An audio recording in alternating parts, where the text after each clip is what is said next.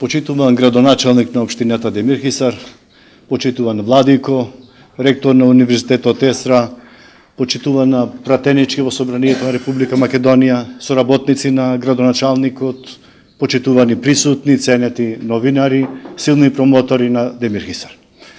Уште по првата средба човек е заразен со инспиративноста на овој голем настан и од организаторските способности на градоначалникот и неговите соработници.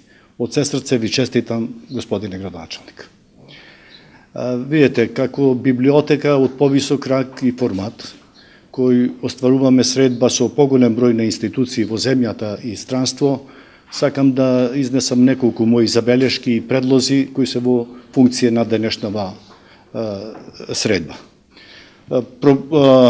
Ви честитам, господине Игор Джамбазов, за ингениозната досетливост за овој извонреден и многу значаен настан. И воопшто не се сомневав дека токму од вас произлезе, бидејќи го знам бликотот на вашите идеи од долгогодишната соработка што имаме со вас, на која од срце ви се заблагодарувам во овој момент. Прво, во функција на ова предлагам да се постави прашањето за реституцијата на културното наследство што е изнесено од Слепчанскиот книжевен културен центар. Ова е исклучително важно прашање, бидејќи тоа земјите одамна го прават. Не е непознато. Еве, да речеме, Грција ги доби одредени артефакти од Англија, после 100 годишни преговарања со одветната држава. Зошто ние како одбор да не го поставиме тоа прашање пред надлежното министерство? Еве го имаме нашиот линк, идната наша пратеничка во Собранието и таа ќе се поведи таа постапка. Предлагам тоа да биде со еден писмен акт, подпишан од одборот за одбележување на 1000 годишнината од ова. Да. Така. Втора идеја. Не е познато, многу познато е во христијанската религија, дека кон значајни личности се посветувани химни.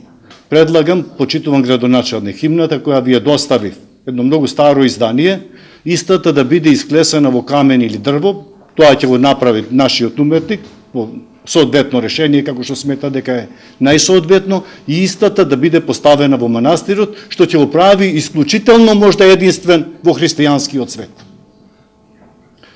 Слушнав од вас, исто имавте некои предложи за враќање на книжевното наследство кој е изнесено од Слепчанскиот книжевен, резбарски и културен центар. Извонредна идеја, сакам да ви кажам дека тоа е многу долг и многу болен процес и дека за многумина веројатно не знаете дека е водена една постапка од страна на Народната универзитетска библиотека за враќање на изнесените ракописи од Слепчанскиот книжевен центар.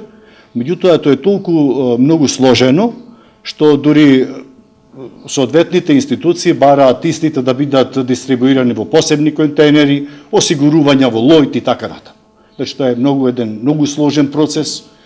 Јас предлагам Слепчанското евангелие од 15-тиот век, во кое се сосојтве 305 листови, содржит извонредно значајни податоци за Слепчанскиот манастир и тоа да направиме напор од Црквениот музеј во Софија да биде некако незините копии пренесени и да добиеме соодветни информации за за Слепчанскиот манастир. Предлагам во рамките на одборот да се формират или пододбор или соодветно друго работно тело кој што ќе почне со возобновување на изгорената, односно уништената манастирска библиотека.